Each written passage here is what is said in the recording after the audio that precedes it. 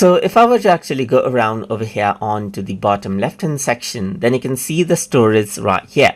So I have total 15 GB of space on my Google account, and Google Photo uses it as well. So this is the storage occupancy of your entire Google account and not just the Google Photos.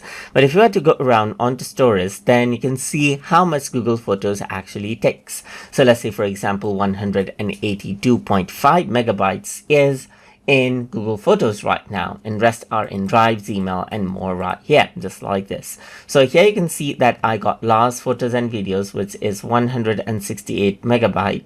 And then over here, if there's any blurry photos or other apps or screenshots, then you will be able to actually see it over here. So you can go around over here and then see the last photos that you have, the last videos that you have, and so forth. If you have blurry photos right here, then you will be able to actually see it, and then if you want to free up space, you can actually go ahead and delete them out. If you got some other apps, you'll see it right there, and if you have some screenshots, then you'll see it right there as well. So let's just go around over here, and if I want to delete out these photos, you can simply go ahead and move them to trash right here, just like this, and then the space will be freed up. And this is how you can actually go ahead and drag out the photos that you have and then see the last photos that you have right here. Like let's say, for example, this is two last right here, so you can go ahead and then select it and then move them to trash right here, just like this, to manage out the storage right here and to free up some space that is being taken